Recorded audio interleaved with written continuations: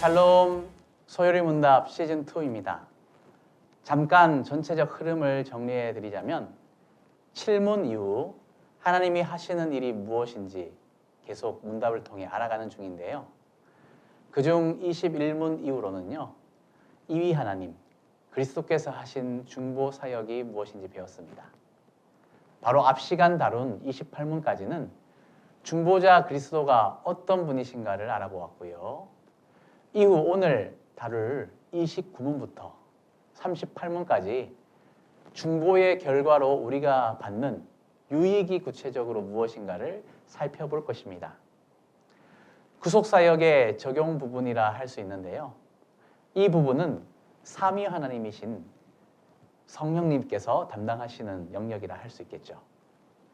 자, 먼저 29문의 질문을 알아보겠습니다. 질문은 이렇습니다. 우리가 어떻게 그리스도께서 값주고 사신 그 구속에 참여자가 되나요? 이에 대한 답은 이렇죠. 우리가 그리스도께서 값주고 사신 구속에 참여하게 되는 것은 그의 성령으로 구속을 우리에게 효과적으로 적용하신 덕분입니다. 참 말이 어렵네요. 네, 이렇게 함께 보신 29문은 죄가 완전히 없어지고 하나님과 만나게 해주셨다는 바로 그 그리스도의 중보 사역이 구체적으로 우리에게, 바로 나에게 무슨 상관이 있는지 물어보는 질문이 되겠습니다. 2000년 전 그리스도께서 이루신 구속이 어떻게 오늘 나에게 영향을 미치는가? 그런 질문이 되겠죠. 이 29문의 답을 영어로 본다면 이 by라는 전치사가 2번 쓰여지고 있습니다. 즉, 답을 두 가지로 나누어서 생각해 볼 수 있다는 이야기인데요. 첫 번째 by에서 by the effectual application이라고 이야기하고 있는데요. 효과적인 적용이 필요하다는 말입니다. 중보의 유익이 우리가 참여할 수 있는 것은 중보의 유익에 우리가 참여할 수 있는 것은 첫째로 효과적인 적용 때문이라는 것이죠.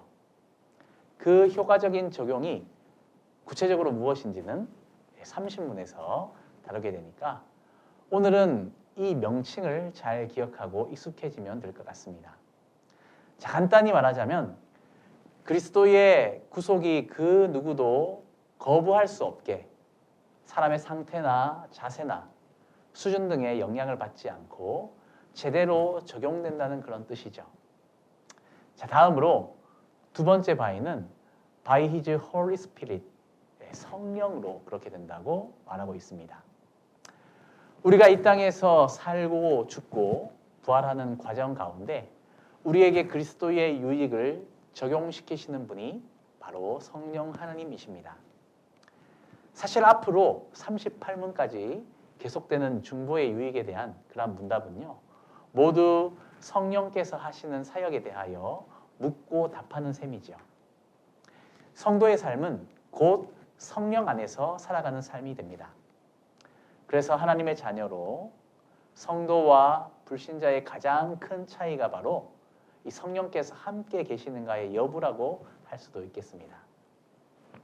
자, 이제 29문을 정리한 도표를 보시면서 설명을 하겠는데요. 이렇게 되어 있습니다. 구속의 값을 치르신 것이 바로 이위 하나님, 그리스도의 사역이었죠. 그 구속을 우리에게 효과적으로 적용하신 분이 삼위 하나님, 성령이시다라고 이해하시면 되겠습니다. 이제 다음 30문에서는 효과적인 적용이 무엇인가를 배울 것입니다. 오늘날 성령 하나님에 대하여서 오해하는 사람들이 많습니다. 성령을 영적인 에너지, 우리를 움직이는 어떤 동력으로 생각하고 인격 체요, 삼위 하나님이라는 그 사실을 잊어버리는 것이죠. 요즘 기도도 잘 안 되고 말씀도 잘 읽히지 않는데 성령님이 나를 떠나신 것 같아서 불안해요. 이렇게 염려하는 분들이 의외로 계시는데 경건 생활에서 실패하는 이유를 성령님께서 힘을 주시지 않는 탓으로 돌려서는 절대 안 되겠습니다. 성령은 우리의 만족을 위해서 쓰이는 자원이 아니십니다. 때로 예언과 병고침 같은 은사가 성령의 선물로 주어질 수는 있지만 이것은 각 사람에게 목적을 가지고 주시는 선물이지 성령의 에너지를 받아서 우리가 실력을 발휘하는 것이 절대 아니죠. 받은 선물이 무엇이냐가 중요한 것이 아니라 주시는 성령님과의 교제가 더욱 귀하고 중요한 것입니다. 거룩한 삶에서 멀어진 것 같은 그런 느낌이 들면 더욱 성령님과의 인격적 교제에 집중을 해야 하는 것이죠. 그리고 한번 우리에게 찾아오신 성령님께서는 절대 떠나지 않으십니다. 우리가 성령의 임재를 떠올릴 때 보통은 사도행전에 나왔던 오순절의 성령 강림을 생각하게 되는데요. 자, 그러다 보니 오순절 때와 같은 그러한 모습이 보여져야 성령을 받았다고 생각하기 쉽습니다. 막 방언을 한다든지 막 정말 기적과 같은 일들이 벌어지는 것을 그렇게 되어야만 성령을 받은 것이라고 생각하는 것이죠. 물론 그 당시 성령께서 그 모든 은사를 주신 분인 것은 확실한 사실입니다. 그러나 성령님의 중요한 직무는 우리에게 그리스도의 구속을 적용시키시는 일입니다.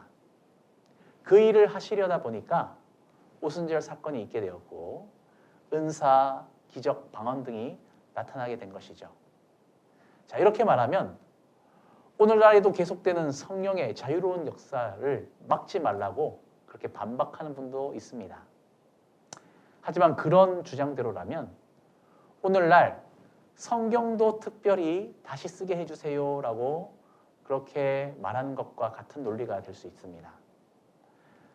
하나님께서는 성경의 기록자들에게 특별한 영감을 주셔서 기록하게 하셨고 또 성경 66권이 완성된 후로는 1.1획도 변치 않게 하셨습니다.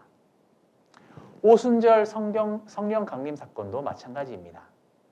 특별한 필요를 위하여서 일시적으로 주셨던 것이고 또 교회가 갓 세워진 초기에 필요했던 방식이었던 것입니다. 오늘날 행해지는 우리가 세간에서 또 소문을 듣는 그러한 이적들, 갑자기 금가루가 떨어진다든지 그러한 것들 중에는 하나님이 주신 것들도 있겠지만 하나님이 주신 것이 아닐 수도 있다는 것을 우리는 기억할 필요가 있습니다. 그렇기 때문에 함부로 은사라고 말해서는 안 됩니다. 게다가 이것을 내가 받은 은사인데 너무 좋다고 자랑을 한다는 것은 부끄러운 일이 되겠죠. 모든 은사보다 하나님의 말씀이 우선이 됩니다. 모든 것을 말씀에 근거해야 하는 것이죠. 바울은 고린도전서에서 우리가 집중해야 할 것은 이러한 은사들보다 사랑의 은사가 가장 크다고 선언을 했습니다. 은사를 사용할 때 하더라도 사랑이 없으면 아무것도 아니라고 말하죠. 사랑이 곧 가장 큰 기적입니다. 이기적인 우리가 성령의 인도하심으로 변화되어서 이웃을 진정으로 사랑하게 되는 것, 이것이야말로 가장 큰 변화요 기적이라고 할 수 있겠죠. 바울은 고린도전서를 통하여서 무질서한 은사주의에 심취하지 말 것을 경고한 것입니다. 방언이나 예언이 무분별하게 행해지고 이것이 오히려 교회에 분란과 의심을 주거나 또 다른 지체들을 시험에 들게 한다면 이것은 유익한 것이 아닐 것입니다. 계속 이적과 기사에 집착하거나 이를 자랑하는 분이 혹시 우리 주변에 계시다면 어떻게 하는 것이 좋을까요? 그 사람과 다투거나 꾸짖고 가르쳐서 마찰을 일으키는 것은 좋은 그러한 일이 아닐 것입니다. 그것보다는 그분을 위하여서 기도하는 것이 옳은 방법이고 하나님이 기뻐하시는 방법이겠죠. 성령께서 올바른 말씀을 통해 바른 신앙과 균형 있는 삶의 원리를 깨우쳐 주시도록 그분을 위해서 기도하며 또 변함없는 사랑으로 그분을 섬겨야 할 것입니다. 계속되는 소요리 문답 강의를 통하여서 성령 하나님이 어떤 분이신지 바르게 이해하고 건강한 신앙생활을 영위하시기를 소망합니다. 그럼 다음 주에 뵙겠습니다. 감사합니다.